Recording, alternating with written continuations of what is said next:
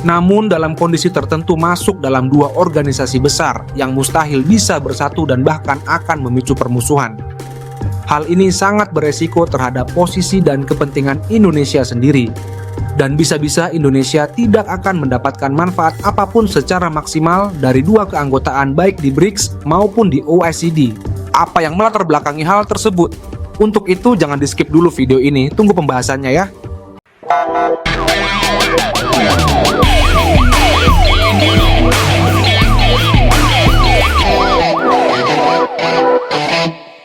Hai teman-teman, senang nih ketemu lagi dengan kamu di channel Carlos Monitoring dengan saya Cakto Carlos. Jangan bosen lihat video saya ya. Baru-baru ini tanggal 31 Januari 2025, beberapa surat kabar nasional memberitakan bahwa Indonesia OTW atau sedang proses masuk menjadi anggota OECD. Bro sis, ayo kita bersama-sama membahas isu menarik ini ya. Di mana menurut info dari Menteri Luar Negeri Bapak Sugiono, Indonesia yang baru saja masuk menjadi anggota tetap BRICS, lalu sedang proses untuk menjadi anggota OECD. Apa sih organisasi BRICS itu? Untuk menandingi negara blok mana sih dibentuknya organisasi BRICS? Dan negara mana saja yang memprakarsai berdirinya BRICS? Secara detail kamu semua bisa melihat video di channel ini sebelumnya tentang BRICS yang sudah ditayangkan pada tanggal 9 Januari 2025 di channel Carlos Monitoring. Indonesia sendiri resmi bergabung menjadi anggota penuh BRICS pada 6 Januari 2025. Pengumuman ini disampaikan langsung oleh pemerintah Brasil sebagai Ketua BRICS 2025. Belum genap umurnya 1 bulan menjadi anggota penuh BRICS, Indonesia sudah proses mau menjadi anggota OECD. Indonesia mungkin sedang menerapkan politik non-blok bebas aktif, tidak berpihak sana dan tidak berpihak sini. Saya kira itu baik-baik saja sih. Namun dalam kondisi tertentu masuk dalam dua organisasi besar yang mustahil bisa bersatu dan bahkan akan memicu permusuhan. Hal ini sangat beresiko terhadap posisi dan kepentingan Indonesia sendiri. Dan bisa-bisa Indonesia tidak akan mendapatkan manfaat apapun secara maksimal dari dua keanggotaan baik di BRICS maupun di OECD. Apa yang melatar belakangi hal tersebut? Untuk itu jangan di-skip dulu video ini, tunggu pembahasannya ya. Seperti yang sudah diberitakan oleh media nasional di mana Indonesia sudah menjadi anggota penuh BRICS awal bulan Januari 2025 dan kini belum sebulan sudah berproses untuk menjadi anggota OECD. BRICS merupakan salah satu forum penting yang menyatukan negara-negara dengan perekonomian berkembang dan besar yang memiliki pengaruh signifikan dalam isu-isu global. Keanggotaan Indonesia di BRICS membuka peluang besar bagi Indonesia untuk memperkuat posisi diplomatik dan bisa memberikan dampak positif terhadap kebijakan luar negeri yang berorientasi pada perdamaian dan keadilan. Seperti sudah diketahui, BRICS merupakan forum yang dimotori oleh Rusia dan Tiongkok. Sekilas kita mengulangi sedikit tentang BRICS, di mana BRICS dibentuk untuk memperkuat kerjasama ekonomi antar negara anggota dan mengurangi ketergantungan pada negara-negara barat. Di dalam platformnya BRICS juga bertujuan untuk menciptakan alternatif yang lebih adil bagi negara-negara berkembang yang mempunyai tujuan-tujuan, memperkuat kerjasama ekonomi, meningkatkan pertumbuhan ekonomi, bersama mendorong pembangunan berkelanjutan, mengurangi ketergantungan pada negara-negara barat, memperkuat posisi ekonomi dan diplomatik, serta memperjuangkan reformasi sistem internasional. BRICS merupakan singkatan dari Brasil, Rusia, India, China, dan Afrika Selatan. Organisasi BRICS ini didirikan pada tahun 2009. Sedangkan BRICS itu kerap dianggap sebagai lawan dari OECD yang dipimpin Amerika Serikat dan Eropa. Nah, masalahnya Indonesia yang sudah menjadi anggota penuh BRICS pada 6 Januari 2025, saat ini Indonesia juga tengah berupaya untuk masuk ke anggota OECD. Coba kamu pikir ya, ibaratnya nih, kalau di kampung ada warga, bapak yang bernama A dan bapak yang bernama B. Mereka berdua, bapak A dan bapak B ini sudah lama saling bermusuhan. Mereka berdua musuh bebuyutan lah. Lalu kalau ada bapak X berdekatan dengan bapak A, pastilah bapak B timbul curiga dan tidak senang dengan bapak X. Sebaliknya, kalau bapak X dekat dengan bapak B, sama juga bapak A akan merasa tidak senang dengan bapak X. Kalau toh senang dengan bapak X, itu hanyalah basa-basi aja. Nah gitu ya, sama dengan organisasi dunia BRICS dan OECD, di mana organisasi BRICS dengan OECD ini dilatar belakangi oleh anggota dan pendiri yang saling bermusuhan dan musuh bebuyutan dalam hal kepentingan politik yang menyebabkan peperangan ataupun musuh dalam hal dagang dan ekonomi yang saling membunuh. Oke, tadi sudah dijelaskan tentang BRICS. Sekarang kita bahas OECD ya. Apakah sih OECD itu? OECD atau Organization for Economic Cooperation and Development adalah organisasi untuk kerja sama dan pembangunan ekonomi yang terdiri dari 38 negara dengan ekonomi maju dan berkembang, di mana OECD berfokus pada kebijakan ekonomi, sosial, dan lingkungan untuk meningkatkan pertumbuhan ekonomi, perdagangan, dan kesejahteraan global. Dan tujuan OECD yang pertama adalah mempromosikan pertumbuhan ekonomi melalui kebijakan yang berkelanjutan. Tujuan yang kedua, meningkatkan kesejahteraan masyarakat dengan kebijakan pendidikan, tenaga kerja, dan sosial. Yang ketiga, tujuannya adalah mendukung perdagangan bebas dan investasi antar negara.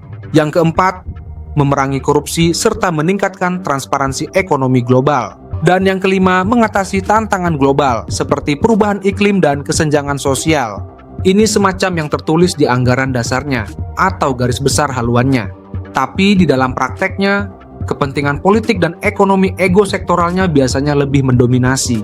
Namanya Amerika Serikat dan Eropa biasanya begitu. Di BRICS pun mungkin akan begitu. Sekarang pandai-pandainya Indonesia menempatkan diri dan mencari celah untuk kepentingan politik, dagang tanpa mengorbankan kedaulatan ekonominya. Tapi rupanya Dewan OECD telah memutuskan untuk membuka diskusi aksesi dengan Indonesia sejak tanggal 20 Februari tahun 2024. Di mana dulu Menteri Koordinator Bidang Perekonomian Airlangga Hartarto menyampaikan proses menjadi anggota OECD bisa diselesaikan dalam waktu 2-3 tahun. Dan hingga saat ini OECD telah memiliki 38 negara anggota yang mencerminkan sekitar 60% nilai produk domestik bruto atau PDB dan perdagangan global. Dan Indonesia melengkapi 6 negara kandidat aksesi OECD lainnya, yakni Argentina, Brazil, Bulgaria, Kroasia, Peru, dan Romania, dan berpotensi menjadi negara ketiga yang berasal dari Asia setelah Jepang dan Korea, serta negara pertama di Asia Tenggara. Jika Indonesia bergabung dengan OECD setelah menjadi anggota BRICS, pasti ada beberapa tantangan dan kendala yang bisa muncul, terutama dalam penerapan kebijakan politik dan ekonomi. Banyak faktor yang perlu dipertimbangkan oleh Indonesia. Di antaranya yang pertama adalah faktor perbedaan prinsip ekonomi dan politik.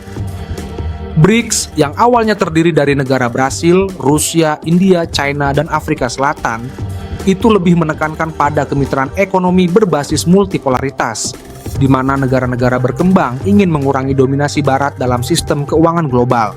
Sedangkan di sisi lain OECD yang berisi negara-negara dengan ekonomi maju yang lebih condong ke prinsip pasar bebas, tata kelola yang transparan, dan kebijakan berbasis standar Barat.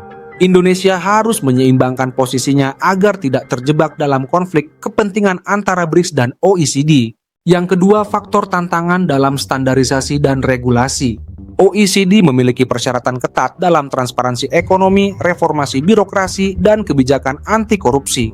Di sisi lain, sebagai anggota BRICS, Indonesia mungkin ingin mempertahankan kebijakan ekonomi yang lebih fleksibel, termasuk dalam hal subsidi, regulasi investasi, dan peran negara dalam ekonomi. Beradaptasi dengan standar OECD bisa memaksa Indonesia melakukan reformasi besar-besaran dalam tata kelola ekonomi dan keuangan.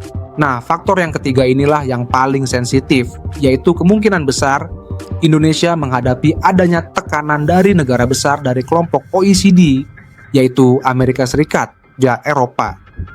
Dan juga Indonesia akan menghadapi tekanan dari kelompok BRICS, utamanya dari China, Rusia, dan anggota lainnya.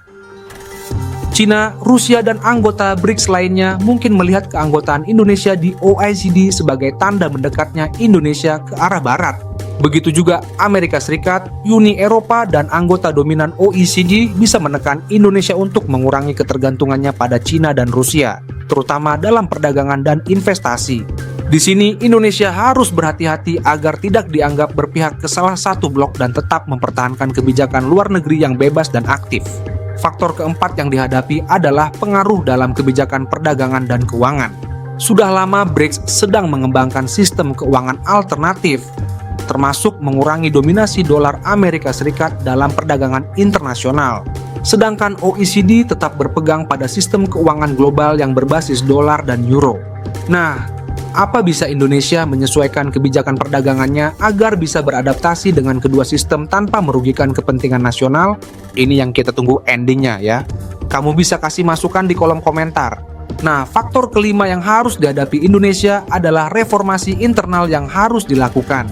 Untuk menjadi anggota OECD, Indonesia harus memenuhi berbagai standar ketat, seperti mengurangi tingkat korupsi di pemerintahan dan sektor bisnis, lalu meningkatkan efisiensi birokrasi dan regulasi investasi, juga meningkatkan transparansi pajak dan sistem perbankan, dan memperbaiki kualitas pendidikan dan tenaga kerja agar sesuai dengan standar global.